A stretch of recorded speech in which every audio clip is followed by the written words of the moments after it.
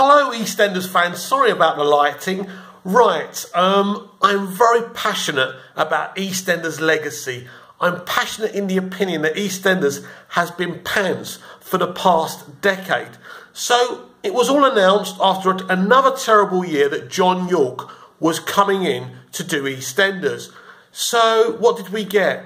Well, evidence that Lauren Branning is made of rubber. Because what other explanation can there be for someone falling down a roof, right? The same roof her sister, another human being, falls down from, right? She falls off, ends up a wet vegetable, dies, but Lauren literally just has a limp and is on crutches. It's absolutely ridiculous because there's someone at the BBC who won't allow her to leave the show forever. We know she's just going away for maternity leave and then she's going to come back again. So that disgusted me, right? So I thought, John York, I loved your original run on the show. But what I did question when I heard he was coming, last time he took over, he didn't have a big... There wasn't a mess to fix. It was a seamless takeover for John. No question, John had a great era with Eastenders when he was originally here, but he didn't have the shit, pardon my French, the mess to clean up that he's had this time. So anyway, then he cast this guy as Hunter, this kid, pretty boy. He's literally a Jamie Mitchell ripoff. So again, my eyes are glazing over and I'm thinking, I don't want this. This is not what I want. Now, if you're a young girl, if you're a teenager, it's fun. Oh, look, Hunter, he's so fit. And him and Louise, okay, Tilly Keeper are going to get together and kiss. Two pretty people together. Isn't it fun? No, it's not fun. Thank you very much. It's not fun at all. It's not fun for intelligent members of the audience. And this is why I'm so passionate about this show.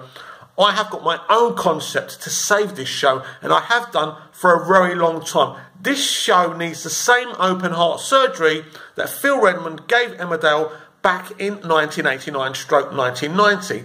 Went from Emmerdale Farm to Emmerdale, they haven't looked back since. Everyone complained at the time, but look at them now. Look at them go. So I'm not happy because I've been fooled again. I was one of those record amount of people who watched at Christmas, thought, yes, EastEnders is back. Max is on the roof. Both the girls are going to fall off. They're going to die. This is tragic. This is the best kind of payback Max can have, losing both of his daughters from his own actions. But again, we go back to this 21st century, zero consequences storytelling. But we have to stop blaming the showrunners. We have to look at this from another perspective now and say, is it the showrunners? Can they all be so bad? Or is this the BBC? This is the BBC. The BBC make fabulous dramas. Holby, Casualty, so many others. I can't even mention the 9 o'clock dramas they do. Silent Witness, that's just one of them. They don't make bad dramas. So what is their issue? What is their beef with EastEnders? Don't they care? What's going on? What's the problem? How can we fix this? I'm starting to believe the only way to fix this is to remove EastEnders from the BBC. If I could afford to buy the EastEnders trademark, the EastEnders name, don't you think I would do it? That's how deeply I care. I'm a big soap fan. Love Emmerdale, love Coronation Street, love Hollyoaks. You know, the channels that have them really look after them. But EastEnders... And I'm sorry, pardon my French, it's being urinated on by the BBC. And I don't understand a fine, fabulous company like the BBC. I don't get it. What is the problem? They've become scared. EastEnders should be a dark, compelling, violent, gritty social drama like it used to be. One of the big issues as well is it must be kind of one of the best looking council-run manors in the world, because the buildings have got fresh paint, it's all bright, it's all, you know, when EastEnders first started in the first 5 years, all the buildings suffered from something we call urban blight, from rot, because the money, the finance wasn't put in the buildings to keep them looking nice, because that was the whole point. You don't live in Albert Square because you want to live in Albert Square. You live in Albert Square because you've got no choice. But Then in later years, we had kind of wealthy, kind of Jack the Lad, kind of guys who were living in Albert Square. When you think, why are you living there? Like when Ian was wealthy, right? Wouldn't he have moved? You know, and he just stayed there till he lost his money. Okay, Ian's from the square. It's a bit different, but you get my meaning, don't you? The show doesn't know how to do good characterizations anymore. It doesn't seem to know how to write an engaging script. And, I mean, the recent new characters are absolutely... Don't get me started on Karen Taylor and her family. Absolutely terrible. Nothing personal towards the actress. I love the actors who play the Taylors. I do not like the Taylors as characters.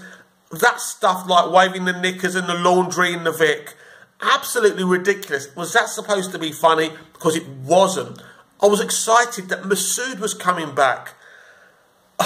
You know, I love the actor again. I mean, check him.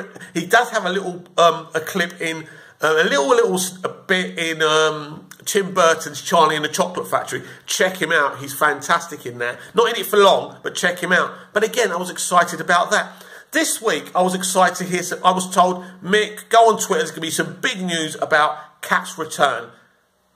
So she turns up to her own wake. It's stupid. I know they've got this whole thing where after Redwater, we didn't know if her and Alfie were kind of going to be dead or alive. She's obviously alive. She's coming back, but it's just stupid. Do something a bit more better, a bit more richer. Spend a bit of money. Go back to Redwater. You know, clip it. They could have done some back flashes, or they could have, started. They could have had a Redwater week or something, couldn't they? To explain it. But this is stupid. A lot of people are having a go at Shane Ritchie for refusing to come back. Shane is deeply upset, and I'm deeply upset. And I imagine him, an actor, a good guy who cares about EastEnders, who is passionate about EastEnders, by the way, I know that for a fact, he can afford not to come back. And I'm glad that he's made this stand. Why should he come back and have his character urinated on and trampled on by bad writing, by bad ideas? What is going on? The BBC need to answer some serious questions. And there's so many things, there's so many question marks. There's so many bad things. The heist. I was excited about the heist. Patrick Bergin. He was sleeping with the enemy with Julia Roberts. Awesome piece of casting by John York, right? What happened? This heist thing's been absolutely terrible. It's become a bad joke. This Kira is a terrible character. Great actress again. I've seen her on BBC dramas before. Great actress. She's the most unintimidating villain since Derek Branning. She is that bad. It's Mel. I was excited about Mel. How can I forget Mel? So excited, so pumped. And they've made me even kind of get bored of her. They're not doing anything new. We're going back and revisiting Steve Owen's death, and she's been lying to Hunter. For me, it's just boring. And when you see what EastEnders has got coming up in the next few weeks, oh, Lauren won't allow Max to go to the funeral. Well, that's exciting, isn't it? So we're going to go on about that until she leaves, and her blaming her dad. It's boring. Nothing's happening. Nothing's rolling forward. We're standing still with bad writing, bad characterizations. I was just told off by a super fan, as I call them, people who don't like the show criticised. Well, you know, don't watch my threads, don't watch my videos if you don't want the show to be criticised. If you're happy with mediocrity, you go and watch EastEnders, you enjoy it. But there's many of us who are not happy, who used to watch this show and be proud of this show. Tony and Julia's, EastEnders has been trampled on. It's their legacy. And, I wish I could talk to their family members and beg them so we could do something. I don't know what rights they've got. Probably not any. Now, it probably totally belongs to the BBC. But we need to start a movement. People who are passionate, as I am, and other people I speak to on social media, about how badly this show has been trampled on. I'm nearly at the end of the time. I had to do this rant. Actually, someone on Twitter asked me to do a 10-minute video. I haven't done one about EastEnders for ages. Thanks for bearing with me. If you want to see more videos, please subscribe. Please press like. Let's make EastEnders a lot better. Thank you.